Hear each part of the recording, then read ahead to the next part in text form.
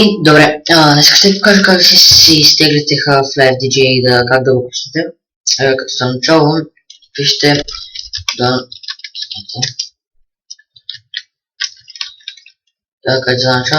download Half-Life DJ и натискате Enter.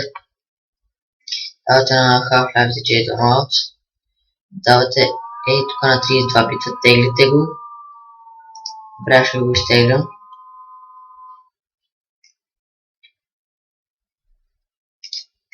Значи натискате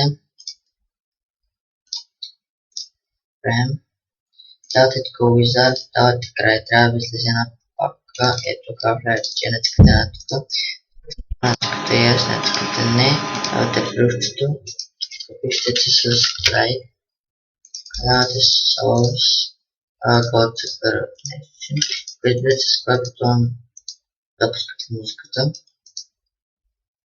Чакайте, че налага нещо, ще взема ето.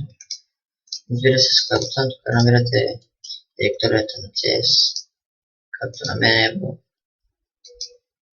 C-то. Намирате се с Strike. Тук папката, която имате.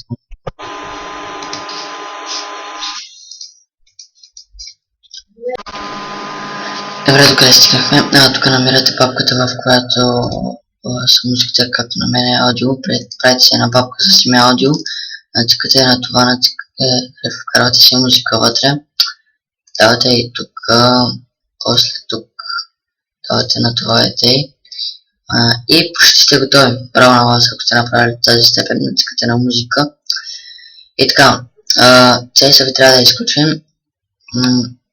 Значи първо си вкарвате музика вътре в тази папка, после натискате и тук, давате надолу, давате надолу, търсите аудио, давате OK, давате на това, давате пак аудио, чакаме на това зеленото и сега тук почват да се зареждат целите музики. Чакате тук да се зареди до края, после натискате Done и сте готови.